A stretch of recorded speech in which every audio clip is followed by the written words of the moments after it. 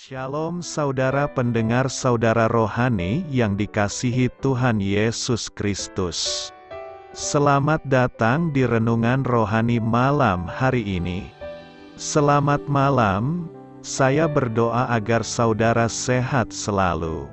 Semoga Roh Kudus hadir di tengah kita saat ini. Sebelum kita mulai renungan malam ini, marilah kita bersama-sama berdoa.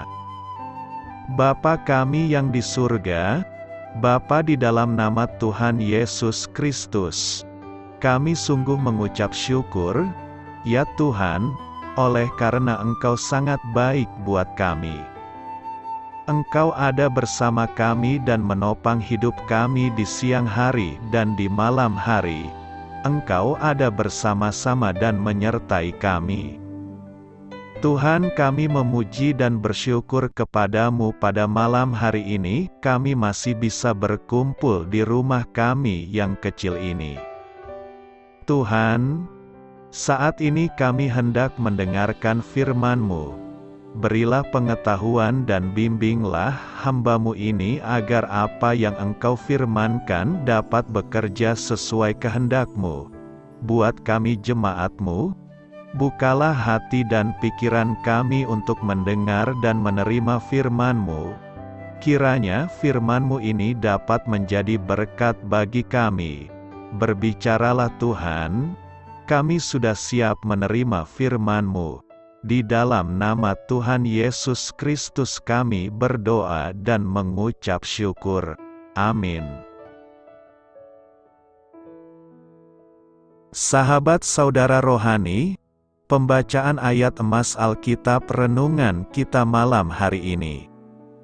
Nats pilihan kita adalah, Aku bersyukur kepadamu oleh karena kejadianku dahsyat dan ajaib. Tertulis dalam kitab Mazmur 139 ayat 14, kata kunci renungan pada malam ini adalah menua dengan bijaksana. Dan bacaan kita pada malam ini terambil dari kitab Mazmur 139 ayat 13 sampai dengan ayat 18. Sebab Engkaulah yang membentuk buah pinggangku, menenun aku dalam kandungan ibuku. Aku bersyukur kepadamu oleh karena kejadianku dahsyat dan ajaib. Ajaib apa yang Kau buat, dan jiwaku benar-benar menyadarinya. Tulang-tulangku tidak terlindung bagimu, ketika aku dijadikan di tempat yang tersembunyi, dan aku direkam di bagian-bagian bumi yang paling bawah. Matamu melihat selagi aku bakal anak, dan dalam kitabmu semuanya tertulis hari-hari yang akan dibentuk, sebelum ada satu pun daripadanya. Dan bagiku, betapa sulitnya pikiran-Mu, ya Allah. Betapa besar jumlahnya. Jika aku mau menghitungnya, itu lebih banyak daripada pasir. Apabila aku berhenti, masih saja aku bersama-sama Engkau. Terambil dari kitab Mazmur 139 ayat 13 sampai dengan ayat 18. Topik dari ayat emas renungan kita adalah, ketika Anda mengizinkan kasih Allah memenuhi hati Anda, hal itu akan tampak pada wajah Anda. Mari kita mulai renungan malam kita. Untuk memulai hal baik, serahkanlah segala sesuatu hanya kepada Tuhan. Mari kita mulai segmen kisah inspiratif. Banyak orang berusaha melawan proses penuaan. Orang yang keriput melakukan pengencangan kulit, sedang yang lain melakukan penyuntikan untuk menghilangkan garis-garis wajah yang tak diinginkan. Di balik semua tren ini, ada suatu anggapan bahwa wajah tua tidak dapat diterima. Namun, tidak semua orang merasa seperti itu. Di sebuah acara televisi, seorang wanita tua ditanya, "Apakah Anda menyukai wajah Anda?" Wanita itu menjawab dengan yakin, "Saya sangat menyukai wajah saya, ini adalah wajah pemberian Allah. dan saya menerimanya dengan gembira. Dalam Mazmur 139, Daud mengungkapkan keyakinan bahwa seluruh keberadaannya dirancang oleh Allah, sehingga layak disyukuri. Ia berdoa, "Aku bersyukur kepadamu oleh karena kejadianku dahsyat dan ajaib." Ia juga percaya bahwa Allah merancang hari-hari dalam hidupnya. Daripada berjuang dalam pertarungan sia-sia melawan proses penuaan, seharusnya kita memusatkan perhatian untuk meningkatkan kualitas rohani karena hal itulah yang bersifat kekal. Salah satu kuncinya adalah beriman seumur hidup kepada Allah, yang meyakinkan umatnya, "Sampai masa tuamu aku tetap Dia dan sampai masa putih rambutmu aku menggendong kamu." Myron Taylor menulis, "Waktu dapat membuat kulit keriput, tetapi kekhawatiran, keraguan, kebencian, dan hilangnya tujuan hidup akan membuat kerut-kerut pada jiwa kita. Jika kita menerima tahun-tahun yang lalu dengan rasa syukur, Allah akan menghilangkan kerut-kerut jiwa kita." Di hadapan Allah tidak ada yang tersembunyi. Tema yang akan kita renungkan adalah, di hadapan Allah tidak ada yang tersembunyi. Tuhan itu ada di mana-mana. Tidak ada tempat di bawah kolong langit ini atau di ujung bumi manapun yang tidak Tuhan ketahui, sebab Dia Maha Tahu. Dan tidak ada suatu makhluk pun yang tersembunyi di hadapannya, sebab segala sesuatu telanjang dan terbuka di depan mata Dia. Bahkan segala hal yang belum terucap di mulut kita pun Tuhan mengetahuinya. Sebab sebelum lidahku mengeluarkan perkataan, sesungguhnya, semuanya telah Kau ketahui, ya Tuhan, artinya segala yang ada di dalam pikiran dan hati kita Tuhan mengetahuinya. Oleh sebab itu marilah kita datang kepada Tuhan dan beribadah kepadanya dengan sikap hati yang benar, tulus dan apa adanya, tak perlu ada yang dibuat-buat. Mazmur 139 merupakan pasal pendek yang kaya karena dipenuhi kekaguman Daud akan Allah yang luar biasa. Ke-24 ayatnya begitu detail menggambarkan pribadi Allah, menunjukkan bahwa penulisnya sangat mengenal Tuhan yang ia sembah. Secara keseluruhan, Mazmur 139 adalah gambaran kualitas hubungan yang intim antara Daud dengan Allah. Dalam Mazmur ini Daud mengungkapkan kekaguman dan rasa syukurnya kepada Tuhan karena Dia adalah pribadi yang maha hadir dan maha tahu tentang keberadaan kita di segala aspek kehidupan. Ini bukti pemeliharaan dan kepedulian Tuhan kepada umat-Nya. Dinyatakan bahwa Tuhan tahu betul tentang diri kita, apa yang sedang kita pikirkan, motivasi, pergumulan, penderitaan, sakit penyakit kita dan juga termasuk segala kebiasaan dan perilaku lahiriah kita sehari-hari, mulai pagi hari sampai tengah malam. Engkau memeriksa aku, kalau aku berjalan dan berbaring, segala jalanku Kau maklumi. Sebab sebelum lidahku mengeluarkan perkataan, sesungguhnya, semuanya telah Kau ketahui, ya Tuhan. Tuhan juga senantiasa mengelilingi kita dengan perhatian dan selalu meletakkan tangannya untuk menopang kita. Kita harus sadar bahwa tanpa Tuhan di luar Dia kita tidak dapat berbuat apa-apa walau kemanapun kita pergi dan sembunyi. Jika aku terbang dengan sayap fajar, dan membuat kediaman di ujung laut, juga di sana tanganmu akan menuntun aku, dan tangan kananmu memegang aku, saat kita masih berada di dalam kandungan pun. Dia telah memiliki rancangan dan menjamin masa depan kita, sungguh luar biasa. Mazmur ini didedikasikan Daud, untuk kemahatauan Allah. Allah bukan hanya Maha Kuasa, yaitu tidak ada yang mustahil baginya, tapi juga Maha Tahu, yang artinya tidak ada yang tersembunyi di hadapannya.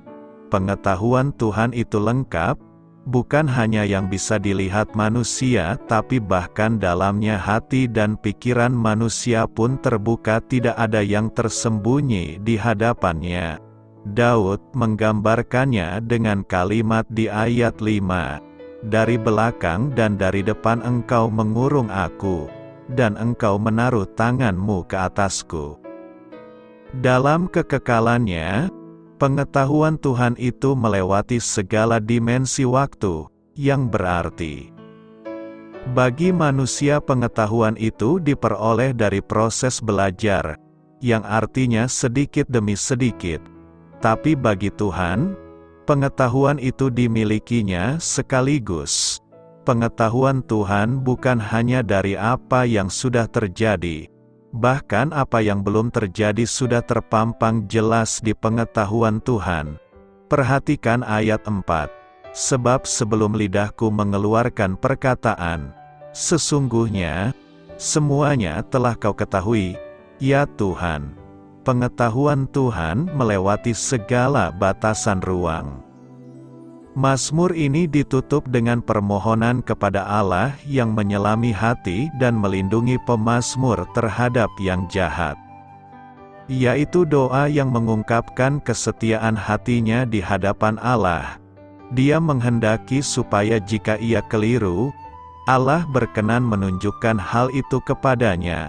Sang pemazmur menyadari bahwa Allah itu Maha Tahu, Maha Hadir, dan Maha Kuasa, dapat memberikan ketenangan pada kita saat menghadapi masalah.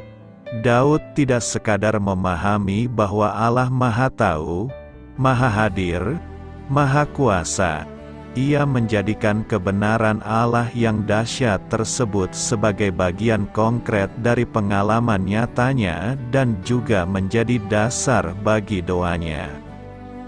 Keyakinan kepada kemahatahuan, kemahahadiran dan kemahakuasaan Allah pasti memberikan kedamaian dalam hidup bagi orang percaya, karena kemahatahuannya, kehadirannya secara pribadi, serta kekuasaannya yang absolut, nyata dalam karyanya untuk kesejahteraan bagi kita umatnya. Bagaimana sikap Daud ketika mengetahui kemahatauan Tuhan? Ada beberapa sikap Daud yang perlu kita teladani, yakni: pertama, bersyukur. Aku bersyukur kepadamu oleh karena kejadianku dahsyat dan ajaib. Ajaib apa yang Kau buat, dan jiwaku benar-benar menyadarinya. Kita harus bersyukur karena Allah layak menerima puji syukur kita. Hanyalah patut baginya atas setiap pemberian yang baik dan setiap anugerah yang sempurna yang Ia berikan. Ketika kita bersyukur, fokus kita teralihkan dari keinginan pribadi kita yang egois maupun penderitaan situasi yang tengah kita alami. Menyatakan syukur membantu mengingatkan kita bahwa Allah sedang berkuasa dan memegang kendali. Bersyukur bukan hanya sepatutnya, melainkan adalah hal yang sehat dan bermanfaat bagi kita.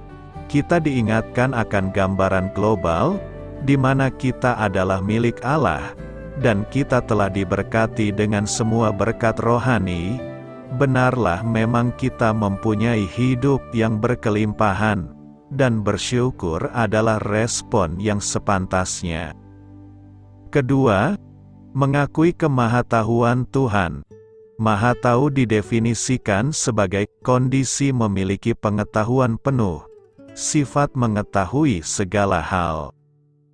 Bagi Allah, yang berdaulat atas segala ciptaannya, baik yang kelihatan maupun tidak kelihatan, ditunjukkan dengan cara Ia mengetahui segala hal. Kemahatahuannya tidak terbatas pada salah satu pribadi Allah saja, tapi Bapa, Anak, dan Roh Kudus seluruhnya Maha Tahu. Allah mengetahui segala sesuatu. Ia mengetahui tidak hanya setiap detil menit kehidupan kita namun segala sesuatu di sekitar kita, karena Ia mengatakan bahwa Ia mengetahui burung pipit yang jatuh atau ketika kita kehilangan sehelai rambut.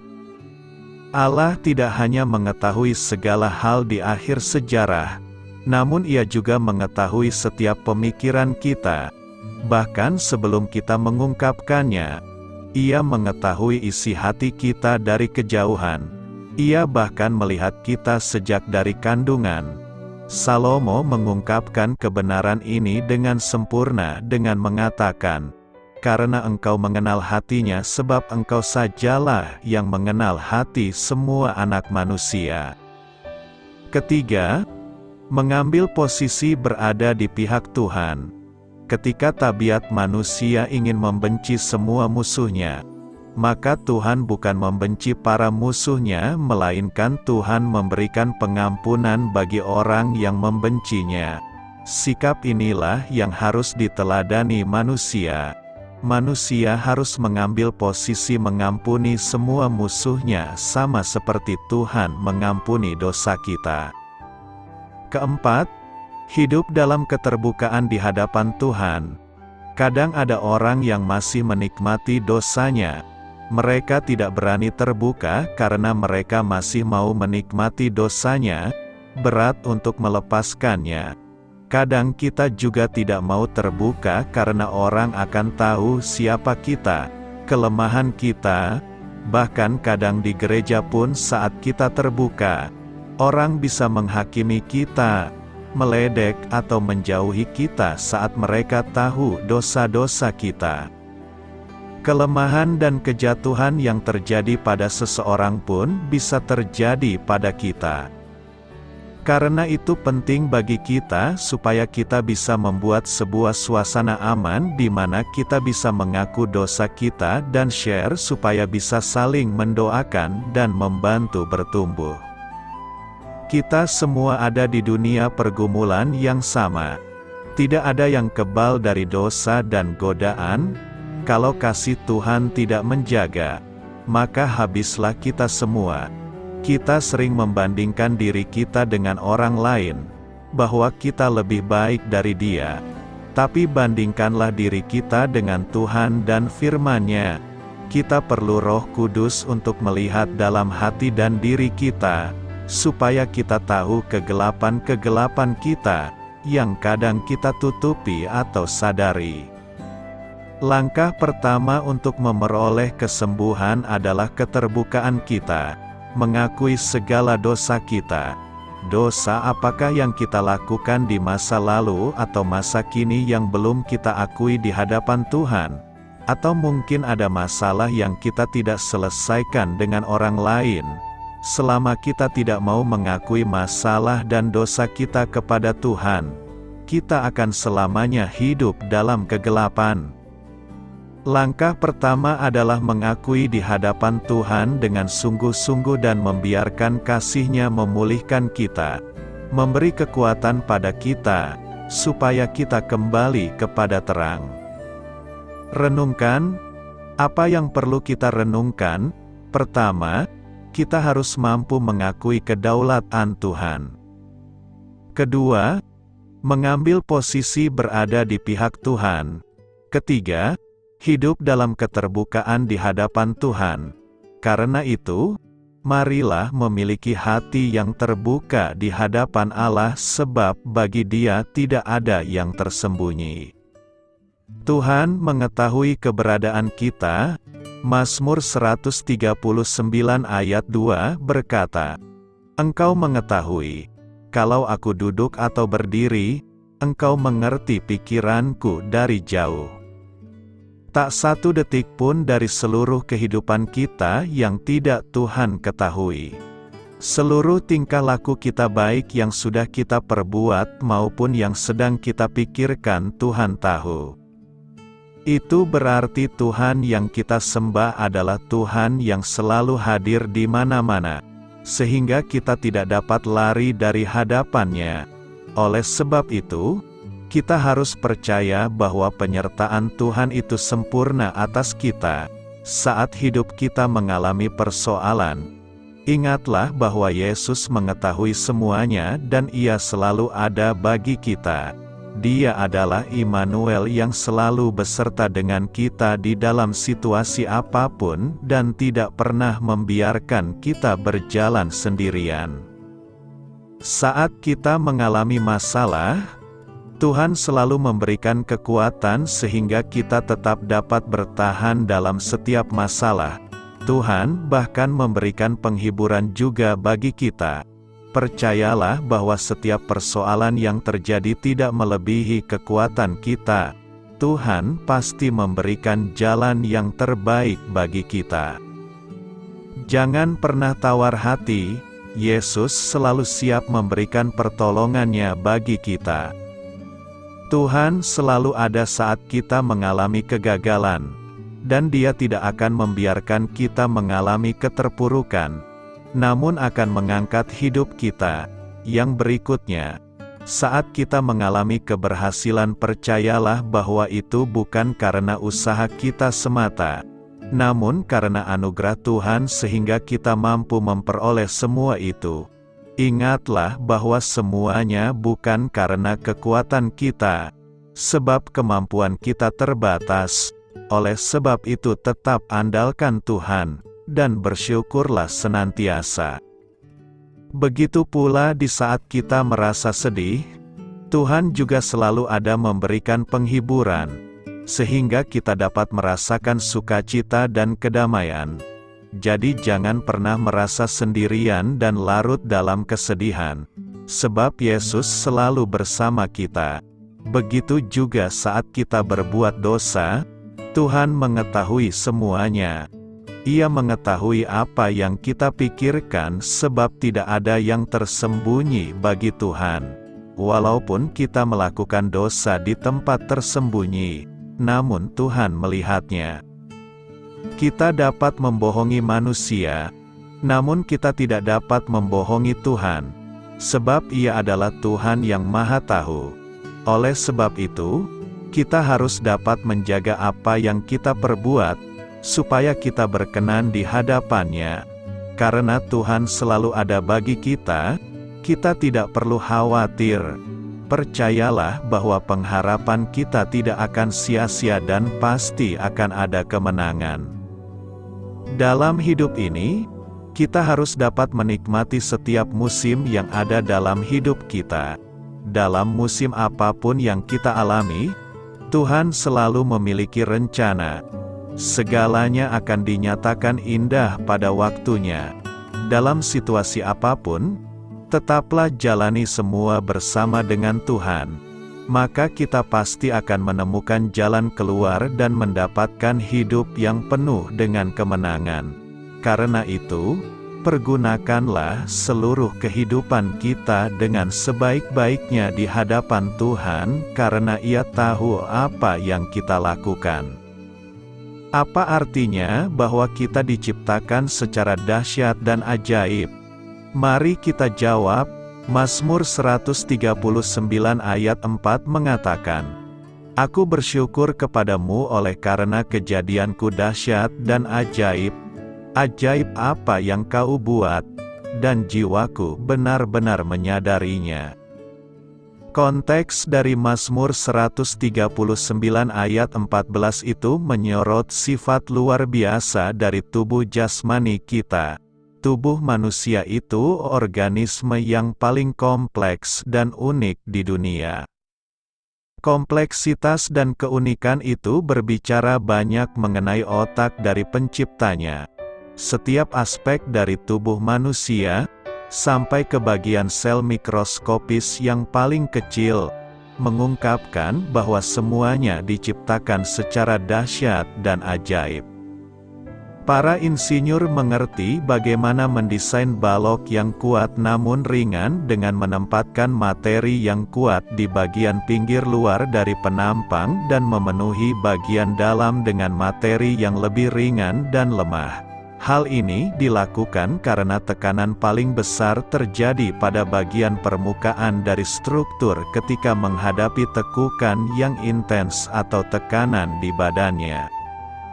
Ketika saudara mempelajari kamera SLR yang canggih, dengan kemampuannya mengatur banyak sedikitnya cahaya yang masuk ke lensa, sesuai dengan kebutuhan dan kemampuannya untuk fokus secara otomatis pada bidang yang luas, saudara menemukan imitasi cara bekerja salah satu bola mata kita.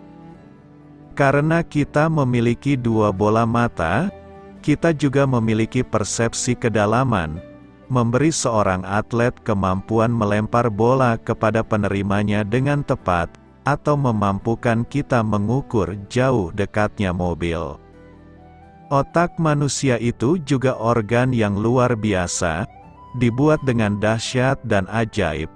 Otak memiliki kemampuan untuk belajar, berpikir, dan mengendalikan begitu banyak fungsi otomatis dari tubuh seperti misalnya denyut jantung, tekanan darah, pernafasan, dan mempertahankan keseimbangan untuk berjalan, berlari, berdiri, duduk, sambil berkonsentrasi pada hal yang lain.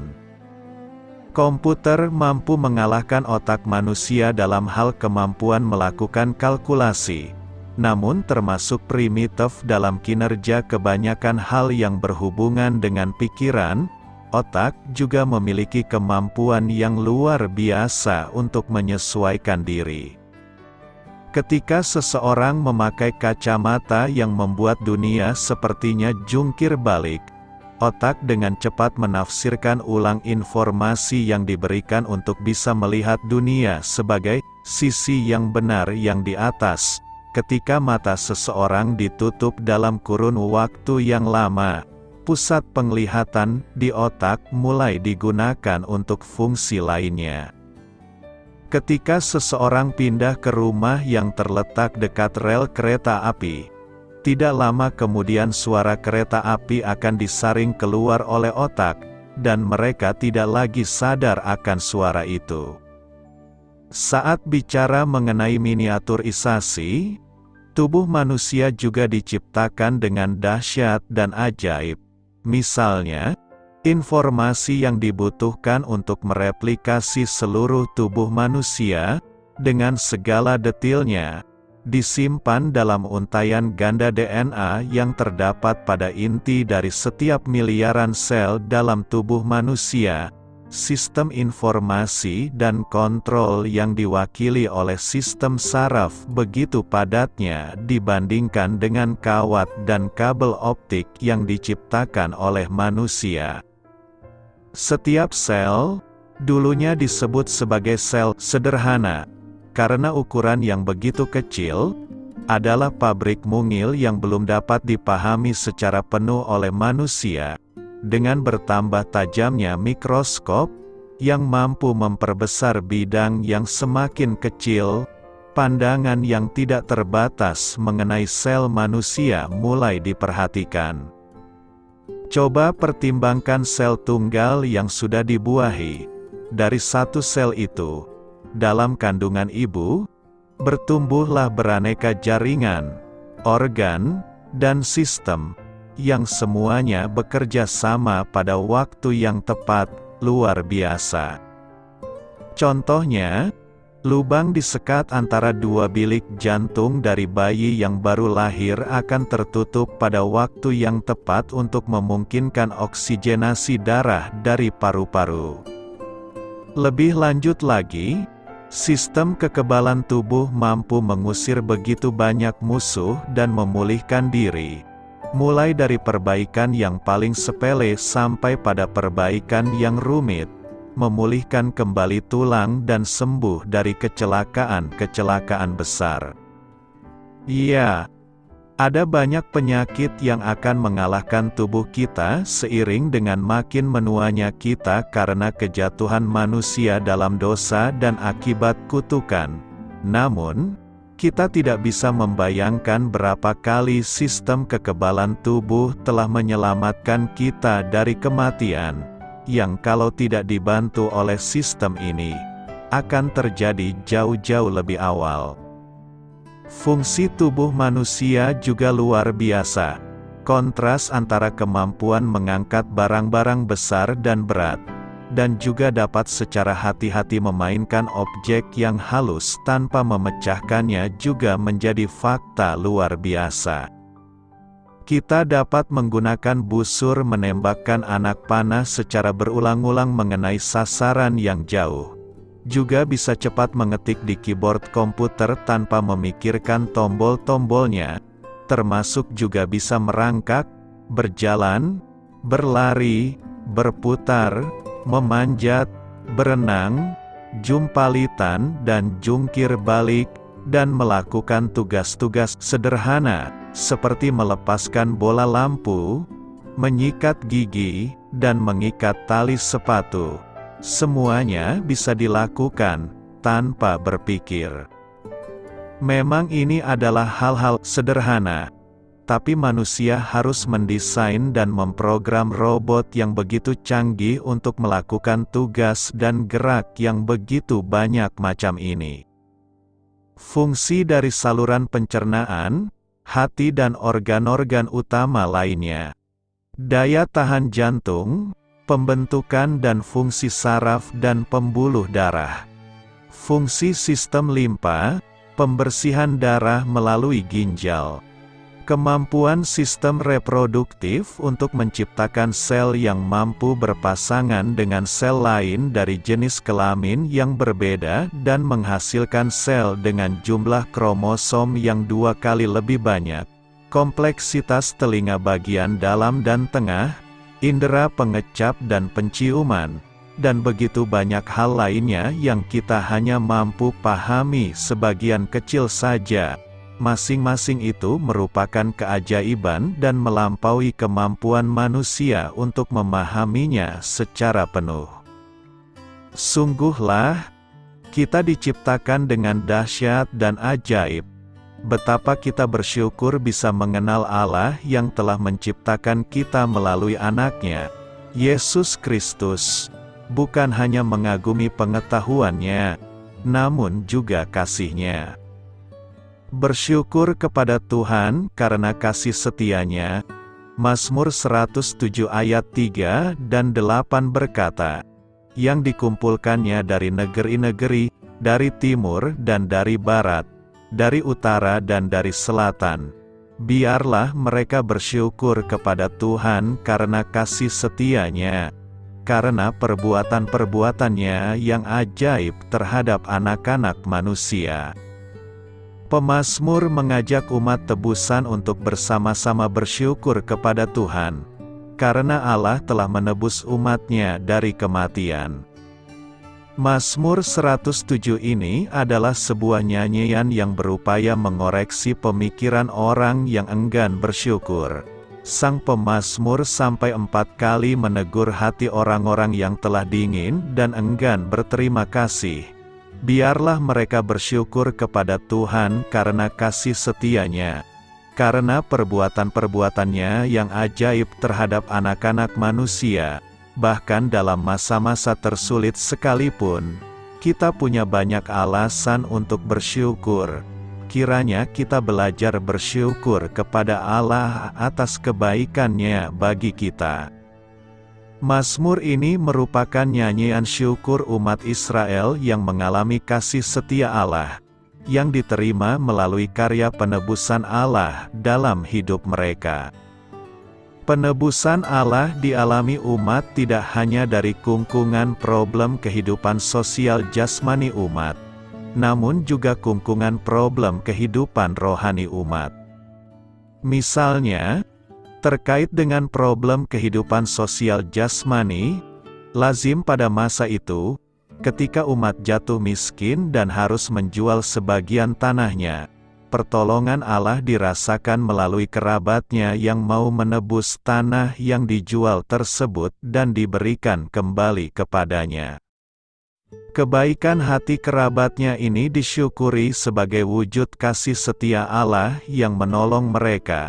Terkait problem kehidupan rohani, Umat sering merasakan dirinya sebagai kafilah jiwa, pengembara di padang pasir yang merasakan lapar dan haus jiwanya.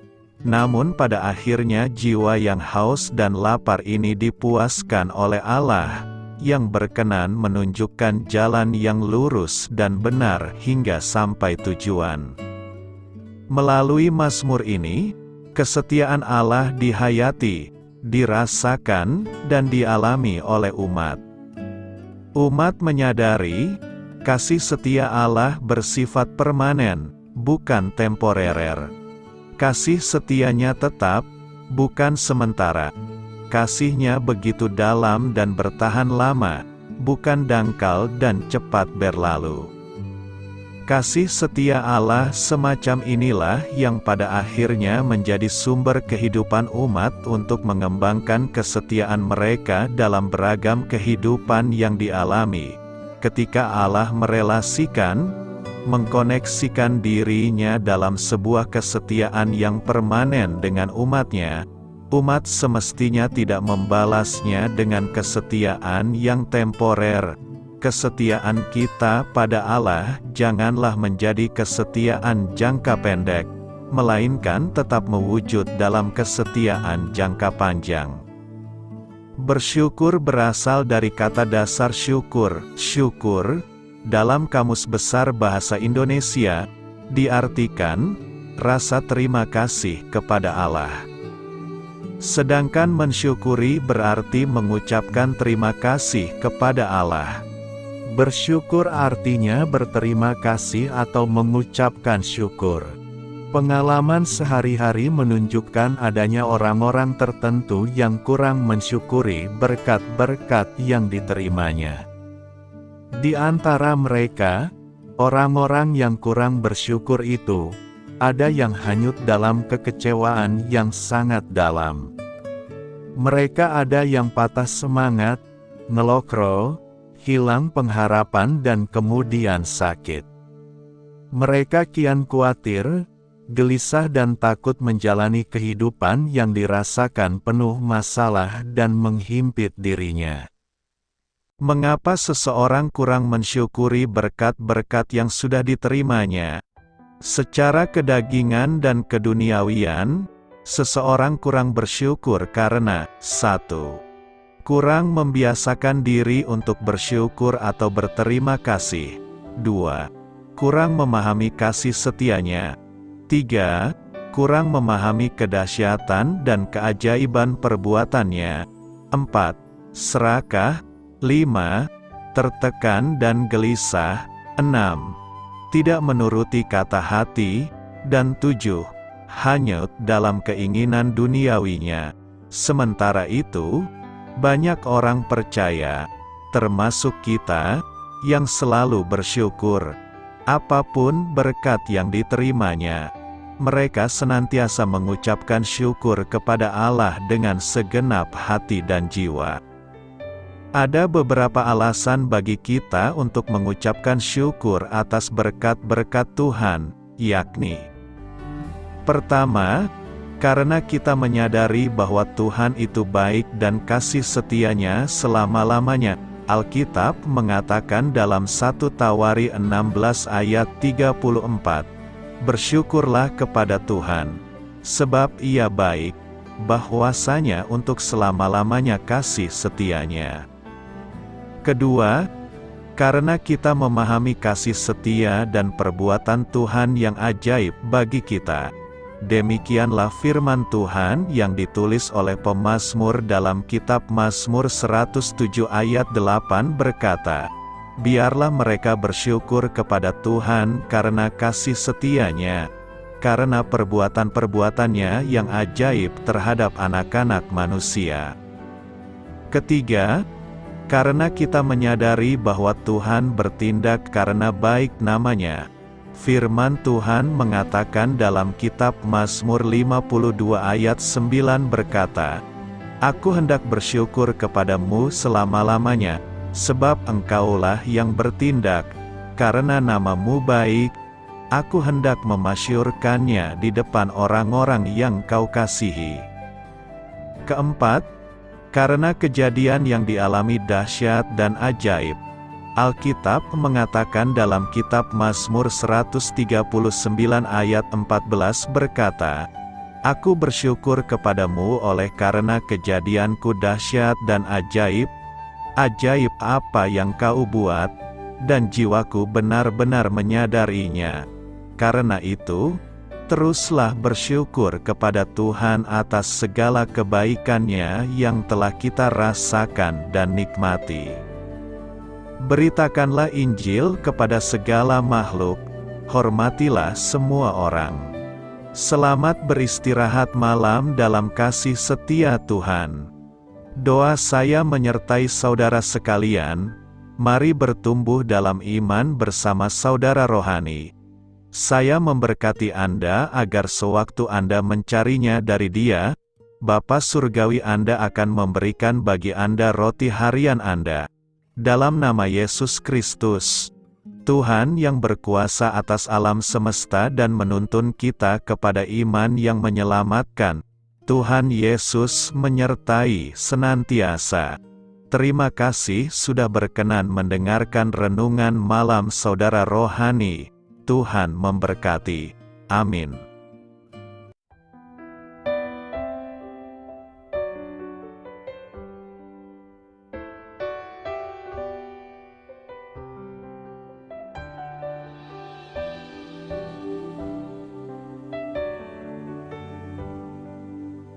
Marilah kita renungkan, sahabat saudara rohani, demikianlah renungan firman Tuhan malam hari ini. Semoga menjadi berkat di dalam hidup kita dan menjadikan kita pribadi yang lebih baik. Sebelum kita beristirahat pada malam hari ini, marilah kita berdoa. Bapa kami yang di surga, Bapa di dalam nama Tuhan Yesus Kristus, kami sungguh mengucap syukur, ya Tuhan, oleh karena Engkau sangat baik buat kami. Engkau ada bersama kami dan menopang hidup kami di siang hari dan di malam hari. Engkau ada bersama-sama dan menyertai kami, ya Tuhan Yesus. Kami mengucap syukur untuk firman-Mu, ya Tuhan, yang memberikan kami kekuatan dan menyadarkan kami bahwa kami tidak perlu takut dengan gelap dan malam. Sebab Tuhan, Engkau ada bersama kami. Engkau melindungi kami dan menjadi perisai bagi kami hamba-Mu berdoa saat ini. Tuhan, untuk setiap pendengar renungan ini yang mengalami ketakutan, kecemasan, kegelisahan, pada situasi gelap dan malam hari di dalam nama Tuhan Yesus Kristus. Kuasa Tuhan melepaskan mereka dari segala ikatan roh-roh ketakutan yang mengikat mereka saat ini. Tuhan melepaskan setiap anak-anak-Mu dari segala rasa takut dan kecemasan. Di dalam nama Tuhan Yesus segala kuasa-kuasa roh jahat, kuasa setan iblis yang mengganggu anak-anak-Mu, ya Tuhan, tolong hancurkan dan halaukan dengan kuasa-Mu. Dalam nama Tuhan Yesus Kristus, berkati setiap kami anak-anak-Mu, ya Tuhan, dan lindungilah kami. Kami aman di dalam Engkau. Ya Tuhan, penuhilah setiap hati kami dengan keberanian, damai sejahtera, dan sukacita serta ketenangan yang dari Tuhan. Berkati kami di malam hari ini, saat kami tidur dan beristirahat. Kuasa-Mu, ya Tuhan, menaungi setiap kami, memberkati dan melindungi kami. Bangunkanlah kami kembali besok pagi dengan kekuatan yang baru, tubuh yang sehat diberkati Tuhan, dan berkat-berkat yang baru Tuhan sediakan bagi kami. Terima kasih, ya Tuhan, kami sungguh mengucap syukur untuk firman-Mu yang menguatkan kami. Dalam nama Tuhan Yesus Kristus Juru Selamat kami, Bapa kami yang baik, kami mengucap syukur dan berdoa haleluya. Amin. Biarlah firman Tuhan menjadi pengingat untuk kita semua, bahwa tuntunan dari Roh Kudus akan selalu memberi jalan keluar bagi setiap permasalahan hidup kita, dan memberi kedamaian di hati kita. Amin. Sampai jumpa di renungan malam saudara rohani berikutnya.